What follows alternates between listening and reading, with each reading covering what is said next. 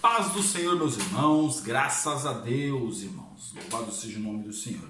Hoje, nossa lição de número 9, e o nosso tema é a Arca da Aliança. Nós vamos ver o que tinha dentro da arca, até arranhou aqui o comentarista o diâmetro, o tamanho da arca, através daquilo que é o côvado, mas pode variar um pouco, não muita coisa, mas um pouco.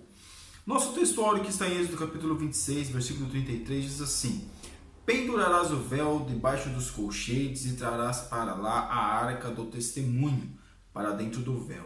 O véu vos fará separação entre o santo e o santo dos santos. Nós estudamos sobre o véu, nós vimos aquele véu que existia separando o santo do santo dos santos.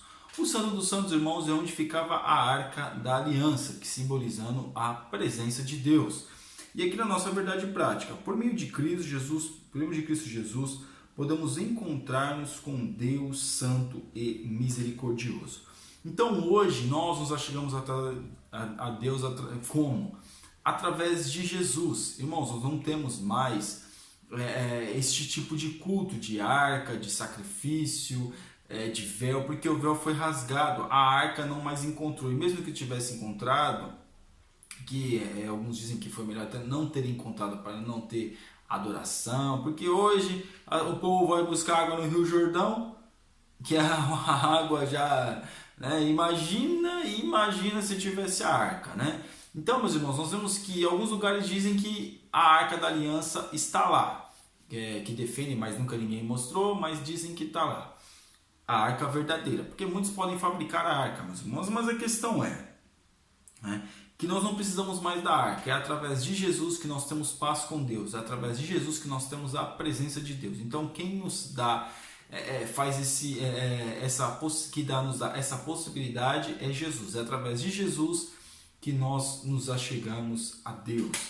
Em Êxodo capítulo 25, do versículo 10, versículo 22, Deus ele fala para o povo que queria a arca, Deus dá os diâmetros da arca que ele queria, Deus dá o tamanho da arca, Deus dá o material que ele queria. Olha, vocês vão fazer de madeira de acácia, uma madeira rígida. Claro, tem um significado a madeira de acácia, tem significado o ouro.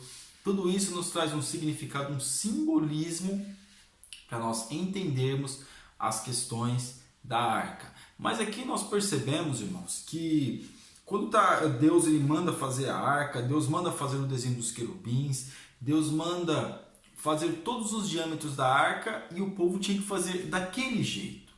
Era daquele jeito. E quando eles iam transportar a arca, jogava-se um véu em cima da arca para ninguém pudesse ver a arca e os levitas podiam eles eram os únicos que podiam transportar a arca ou cuidar de todo o tabernáculo. O irmão sabe que ficou responsável por toda a manutenção do tabernáculo, desmontar e montar o tabernáculo, carregar a arca, carregar os utensílios do tabernáculo foram os levitas. A nossa introdução. Até aqui analisamos de maneira compartimentada o espaço do tabernáculo. Passamos pelo pátio, pelo lugar santo e pelo lugar santíssimo. Agora, encontramos-nos no lugar santíssimo. Nesta lição, o nosso objeto de estudo é a Arca da Aliança, que ficava no Santo dos Santos. Veremos algumas lições espirituais que há de edificar nossas vidas. Irmãos, que lições é essa? Deus fez de tudo, ou no caso, claro, né, de tudo que eu digo, deu todas as oportunidades para o povo para que ele pudesse cultuar com o povo, para que ele pudesse estar com o povo. Quando Deus manda fazer a Arca da Aliança, é para que o povo pudesse entender que Deus estava ali. Que o povo não entendia muito esse negócio de presença, porque naqueles dias eles conseguiam muito ver, né? Claro que fé não é isso, mas ali foi uma maneira de Deus mostrar para eles que estaria com eles. E aqui os nomes da arca, a designação hebraica da arca significa cofre, casa de madeira, baú. Nas escrituras sagradas, diferentes nomes identificam esse precioso objeto. A arca de Deus, a arca do Senhor, a arca da aliança, a arca do testemunho. Então, vários nomes para falar sobre a arca, para mencionar a arca. Todas as formas que mencionam a arca é uma forma de reverência, é uma forma que traz assim um entendimento de santificação, de presença de Deus, de algo sobrenatural. E aqui na parte 2, a construção da arca. A construção da arca, o objeto mais valioso do santo do tabernáculo, a arca da aliança, foi construída de maneira especial, madeira de cetim ou acácia, e revestimento com ouro puro, tanto por dentro quanto por fora. Foram os materiais nobres usados para a reconstrução da peça. Sua forma era retangular e suas medidas eram de 2,5 côvados de comprimento, 1,5 côvado de largura e 1 côvado no caso de altura, 1,5 metro, 2,5 côvados de comprimento, que significa 1,5 de largura e 1,5 de altura. Se colocasse isso para nós, seria 1,25 metro de comprimento, 75 centímetros de largura e 75 centímetros de altura. Esses são os valores aproximados. Claro que não dá para ter um diâmetro ou uma medida exata. Não dá para ter uma medida exata. Como a madeira de acácia não ficava exposta e o que se podia ver era o dourado da arca, a imagem faz uma perfeita tipologia das duas naturezas de Jesus Cristo, verdadeiro homem e verdadeiro Deus. Essa doutrina é uma das mais importantes da fé cristã. Então nos traz faz essa analogia, traz esse simbolismo para nós. O que? Jesus fala acerca da humanidade de Deus, da humanidade de Jesus, que era a madeira de acácia, e da divindade do Senhor, que era o ouro, ou a sua realeza. Os símbolos da natureza de Cristo. Ouro simboliza a divindade de Jesus e a madeira a sua humanidade. Então, é aquilo que nós estávamos falando. Isso traz um simbolismo. A Arca da Aliança traz um simbolismo para nós acerca de Jesus Cristo, tanto na sua humanidade quanto na sua divindade. Então, nos traz o entendimento e o conhecimento acerca de Jesus. Jesus, ele foi o verdadeiro homem e verdadeiro Deus. Ele tinha material de homem, que ele era um homem, mas também tinha a divindade. Ele era um homem divino. Mas quando ele foi, frisando, meus irmãos, e abrindo um parênteses, quando Jesus ele foi para a cruz do Calvário, em nenhum momento a sua divindade entrou em cena. Quem estava ali era o homem Jesus. O que eu quero dizer é que Jesus não usou a sua divindade para poder, no caso, não sofrer tanto. Ele sofreu como homem, sentiu dores como homem, o seu pensamento, as suas faculdades mentais sofreram como um homem. Então vamos lá. Parte 2. O propiciatório da arca. O propiciatório era a tampa da arca. Era a tampa que ia por cima da arca, que o sumo sacerdote, todo ano, uma vez por ano, quando chegasse no dia, tinha que entrar no Santo dos Santos com a mão cheia de sangue e colocar na tampa, chamada propiciatório. A simbologia da tampa da arca. O sentido simbólico da tampa era de cobrir algo valioso. O que estava dentro da arca, meus irmãos? O maná, um pote de maná, a vara de Arão que floresceu e os 10 mandamentos. Ali, meus irmãos, eram as coisas ali que Deus tinha deixado, era a presença de Deus, era a eternidade estava ali. Por que a eternidade estava dentro da arca? Porque o pote de maná, ele não precisava ser trocado com os pães da proposição que estavam do lado de fora. O maná, meus irmãos, se eles escolhessem, se fosse para Deus mandou, olha, você, uma família vai colher tanto, uma família pequena vai colher tanto, uma família grande vai colher tanto. Se a pessoa colhesse mais, na viração do dia, aquele maná ele estragava, mas o maná que estava dentro da arca ele não se estragava e não precisava ficar trocando. Por quê? Porque dentro da arca estava a eternidade. Aqui vai falar na parte 2 a simbologia da tampa da arca, aquilo que nós já falamos. E aqui o 3, a simbologia dos querubins alados sobre o propiciatório. Os querubins representam simbolicamente a majestade divina e a deidade do Todo-Poderoso. Então, quando fala querubim, fala de realeza, fala de algo assim real, fala de algo, outra categoria, né? Por quê? Porque a gente fala de anjo, agora quando fala querubim já é uma outra classe de anjos, uma classe que está muito acima dos anjos, né? Nós vemos que Quando fala de querubim, o que a gente pensa?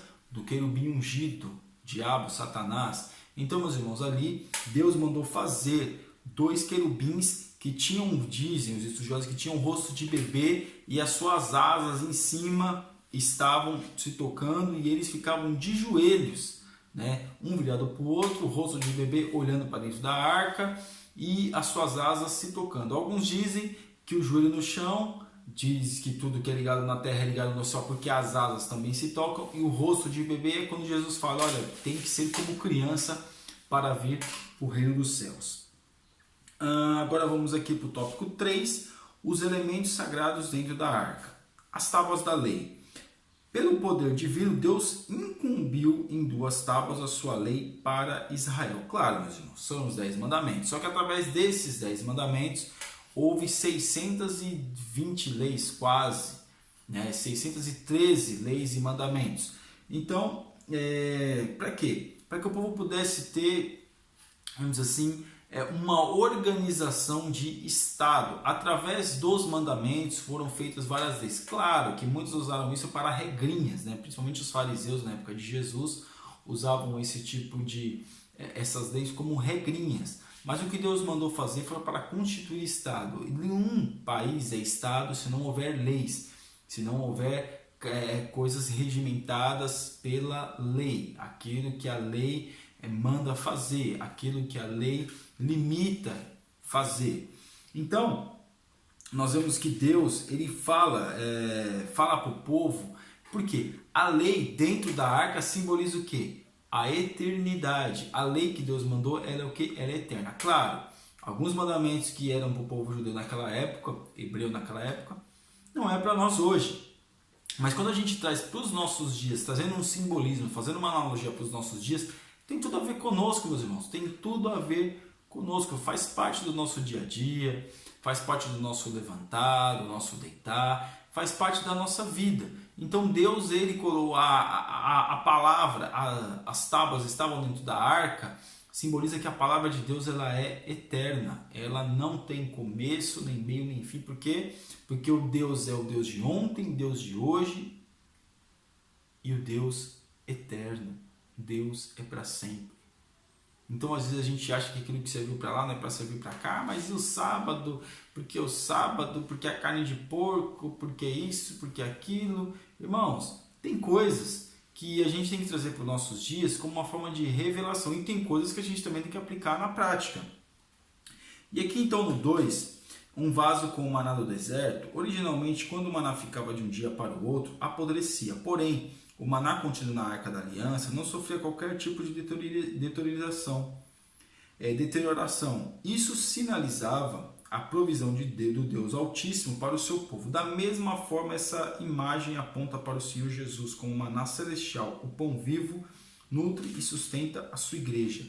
O pão de Jesus, o pão que o Senhor nos dá, é um pão eterno, é um pão que mata a nossa fome espiritual. Aqui está falando de coisas espirituais. Então aquilo que está na eternidade não se estraga, porque na eternidade não existe tempo.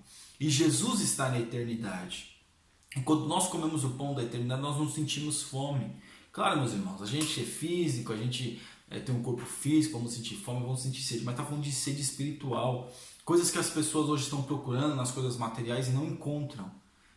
Querendo matar a sua fome, a sua sede. Quando fala fome e sede, fala necessidades, meus irmãos. E aí as pessoas acham que tem necessidades de algumas coisas, vão atrás delas e não conseguem encontrar alívio. Por quê? Porque o nosso alívio e a presença de Deus é que mata a nossa fome e mata a nossa sede. A vara de Arão, a vara que floresceu. Quando houve a rebelião contra Arão promovida por Coré, Deus mandou Moisés apanhar 12 varas e escreveu o nome de cada tribo em cada uma delas. Entretanto, concernente à vara da tribo de Levi, o nome que deveria ser escrito nela era o de Arão. Pela manhã, diferentemente das outras varas, a de Arão havia florescido, e o chefe das outras tribos tiveram que reconhecer a escolha de Arão como ungido de Deus para exercer o sacerdócio em Israel. Essa vara serviria de uma memória ao povo de Israel quanto à escolha de Deus ao ministério sacerdotal. Aí este milagre mostra com clareza que o Altíssimo é quem designa seus ministros para uma grande obra. Ele é o dono de tudo e age segundo o seu maravilhoso propósito. Então aqui, simbolizando o quê? Que Deus é autoridade para sempre. Quando fala de vara, fala de autoridade. Deus é autoridade para sempre. É Ele que coloca ministros, é Ele que designa ministros. Infelizmente hoje, quando fala de ministros, eu fico até triste. Porque infelizmente hoje, homens têm colocado, levantado outros homens ao seu bel prazer. A sua, vamos dizer assim, para se sentir melhor ou por favores. Ministério não é isso. Coloca o filho, coloca o genro, coloca não sei quem, para poder ter um destaque no ministério. O ministério não é isso. Nós vemos aqui que quando Deus levantou Arão e ali Moisés, e o povo começou, há um complô aí, esse negócio aí. Deus falou, não, eu estou chamando ele. E Deus foi e confirmou que estava chamando Arão, porque se reuniram ali, todos eles enterraram a sua vara, cada homem de cada tribo enterrou a sua vara no deserto, e de um dia para o outro a vara de Arão deu amêndoas. Então veja, meus irmãos, a provisão de Deus no deserto, e veja a provisão de Deus quando Deus escolhe alguém. Não é escolhido da forma que é escolhido em muitos lugares aí não. Aquilo que Deus escolhe é eterno. Por isso que Deus, meus irmãos, Ele chama. Ele tem chamado a muitos. Infelizmente os homens têm chamado aos homens e não escuta aquilo que Deus está falando. Então aqui a Arca da Aliança, ela simboliza para nós a presença de Deus. E aquilo que está dentro da arca é eterno. Não tem tempo. Na eternidade não existe tempo, não existe dia, não existe noite, não existe, meus irmãos, manhã, não existe. O que existe é a presença de Deus, é a eternidade. Não se gasta, não se envelhece, não fica feio, não fica mais bonito. É estático. A eternidade não é que é estático. Não é isso. Não é esse estático que eu estou querendo dizer. O que eu estou querendo dizer é que na eternidade não existe tempo, não existe relógio, não existe o cronos. É eterno. Fica difícil conseguir ter palavras para dizer e a nossa mente também não consegue alcançar. Mas Deus está na eternidade. E o que Deus estava mostrando para nós na arca é tudo aquilo que está em Deus é eterno. E se nós estivermos em Deus, nós somos eternos. Abrindo um parênteses aqui, quando Adão e Eva estava no Jardim do Éden, o Jardim do Éden simbolizava o quê? A eternidade. E depois que eles saíram, começou todas as suas situações e dificuldades. Por quê? Porque saíram da presença de Deus. Mas Deus misericordioso e poderoso quis ter uma relação de novo com o seu povo e mandou Moisés fazer a arca para se relacionar com o povo através ali da tampa da arca, que chama-se propiciatório, e ali naquela Shekinah, ali naquele lugarzinho ali entre os querubins, Deus falava com Moisés. E hoje Deus fala conosco através do seu Filho, através do Espírito Santo. Deus fala conosco. Amém, meus irmãos? Que Deus abençoe os irmãos. Você ainda que não assina o nosso canal está convidadíssimo a assinar. Que Deus te abençoe, em nome de Jesus.